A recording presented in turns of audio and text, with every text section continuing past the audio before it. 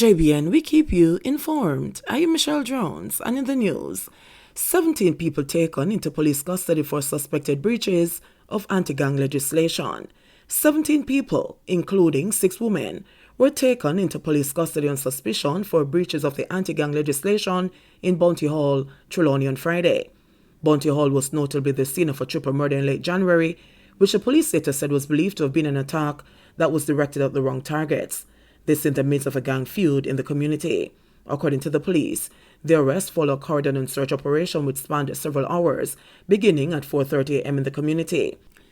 A Smith & Wesson .40 pistol, which was found beneath a zinc at the back of a large family yard, was also seized during the operation. In addition, several cellular phones and 2 tablets were seized, pursuant to investigations into breaches of the Law Reform, Fraudulent Transactions, Special Provisions Act, the police said.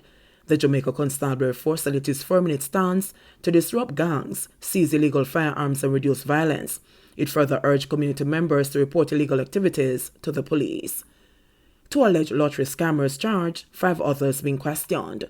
2 men from St. Ann have been charged after being found in possession of lottery scamming paraphernalia during a police operation at Heartland Estate in Priory in the parish on Thursday. Deputy Superintendent Kevin Francis, who led the joint operation, said 5 other men were also picked up by the police, remain in custody and are expected to be charged. We're interrogating the devices, the cell phones and tablets that were recovered, with a view to have hard evidence before we're able to lay charges against the others, Francis said. We found explicit evidence of lottery scamming where 2 are concerned, while the others we want to be sure. We're not saying we don't have evidence, but we want to ensure that due process is followed, he added. The operation, which took place between 5:45 a.m. and 10 a.m. on Thursday, some members of the security forces tracked the alleged criminals into the gated community, one of several such that have been built in recent years in the Priory to Richmond area of St. Ann. Head of the St. Ann Police, Senior Superintendent Dwight Powell, told reporters Thursday afternoon that the police are bent on ensuring that the parish remains one of the safest in Jamaica. There is absolutely no place in this parish for criminals and their behavior, Powell asserted. Powell said the police have been doing a number of operations across the parish, and based on information received, the team went to Heartland Estate to search for the suspects. He added that the police have sufficient evidence to suggest the suspects may have implicated themselves. The arrest in the gated community comes just over a week after Police Commissioner Major General Anthony Anderson indicated that criminals were now moving into gated communities in an effort to avoid the police. He said that is why it is important for persons to provide information to the police. Police corporal found guilty of 2016 shooting of Alpha student in taxi. A policeman was on Thursday found guilty of unlawful wounding in relation to the shooting of a schoolgirl in a taxi in 2016. The guilty verdict against Corporal Kirkhay was handed down by Parish Court Judge Sanchia Burrell in the Kingston and the St. Andrew Parish Court. Hay would be sentenced on March 30. It was charge arising from an investigation by the Independent Commission of Investigations, INDECOM. The charge was in relation to the shooting injury of a former female student of Convent of Mercy Academy Alpha on June 30, 2016. INDECOM says during its investigation, it was ascertained that a man who was operating a robot taxi transporting students of Alpha and St. George's College was stopped by the police. The taxi stopped and then drove away, and the police opened fire at the vehicle. One of the bullets hit the female student in the head. She was 13 at the time of the incident. 5 members of the Jamaica Constabulary Force attached to the Mobile Reserve Division were subsequently charged in relation to the shooting injury.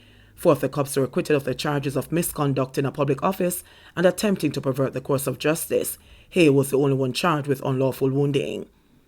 Cabby held in hit-and-run death weeps in court.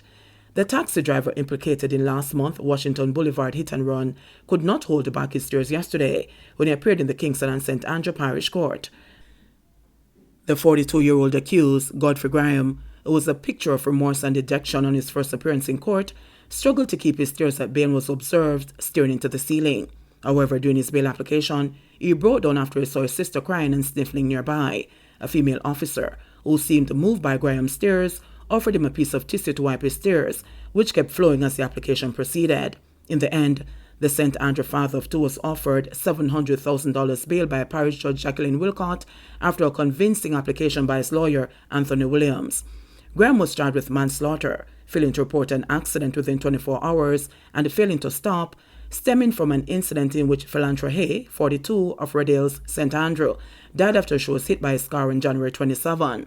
It is alleged that Graham sped off in his car and did not stop when Hay was hit along the roadway in the vicinity of Washington Boulevard and Aldane Drive in St. Andrew.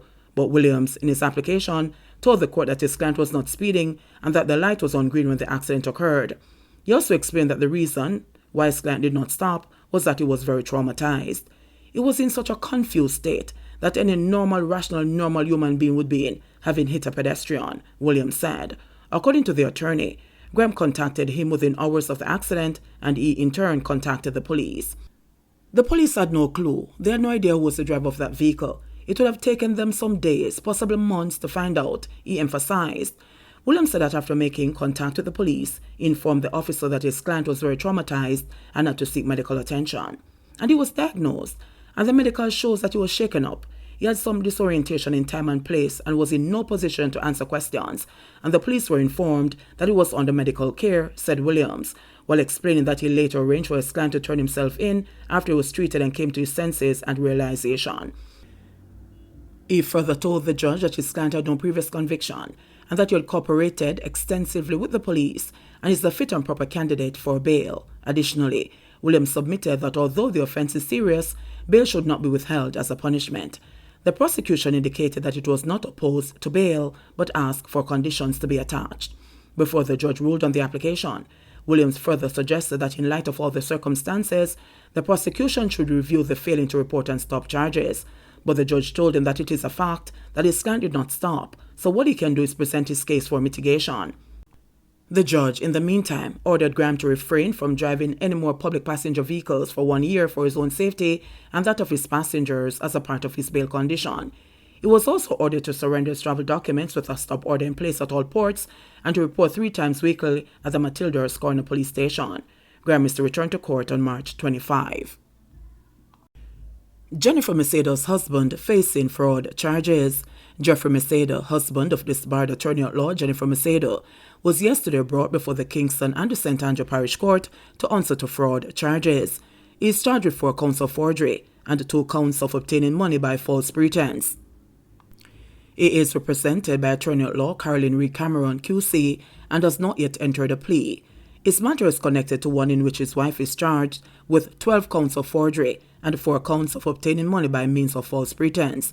The prosecution told the court that the files for the Macedos are not yet complete and are requesting additional time. Both Macedos are to return to court on June 13. Peace Builder wants murder-free African gardens to be emulated.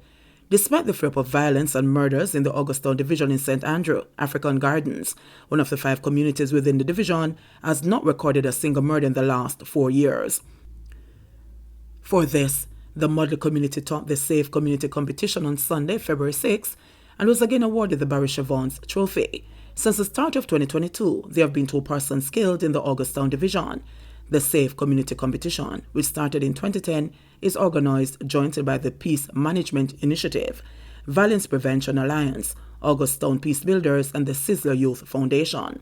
As part of the awards ceremony for the community, there was an online town hall which explored the Augustown State of the Union of Communities Report 2020 and the Plan of Action 2022. Also, the governance of the community was discussed.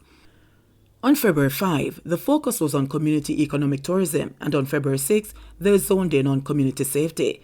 Kenneth Wilson, chairman of Augustown Peace Builders and one of the organizers of the events and awards ceremony, said for the past 4 years, persons living in African gardens have been behaving peacefully. The whole idea on the events is to bring the community together, look back at the previous year and make plans for this year, Wilson said. He added, the whole gist right now is to promote peace across the community, and we have been in recent weeks. We want to highlight what is happening in African gardens. The youth in this part of the community choose peace and live in harmony. So if one community can do it, every community can do it. Despite the ongoing pandemic and fact that the competition had not been given the type of support it needs, Wilson said the organizers have pressed on with the planning of the award ceremony, hoping it will be a motivation to the other sections of Augustown to end violence and promote peace. He's encouraging persons in the area who have conflicts to visit the Restorative Justice Center at Bryce Hill Square, even as he called on the gunmen to change their ways. The gunmen will not change unless the people force them to change, he said.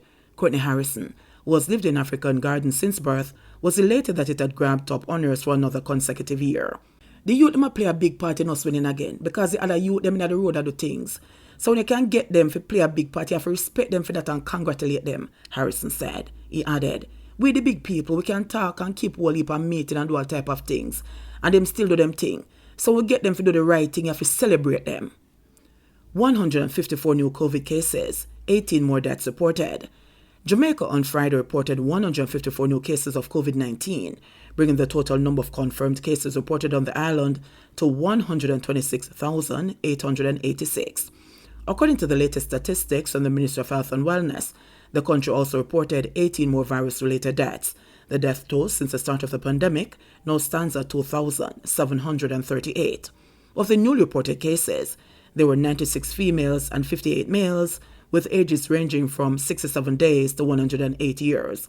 The cases were recorded in Clarendon 2, Hanover 4, Kingston and St. Andrew 23, Manchester 15, St. Anne 18, St. Catherine 31, St. Elizabeth 18, St. James 15, St. Mary 2, St. Thomas 8, Trelawney 9 and Westmoreland 9.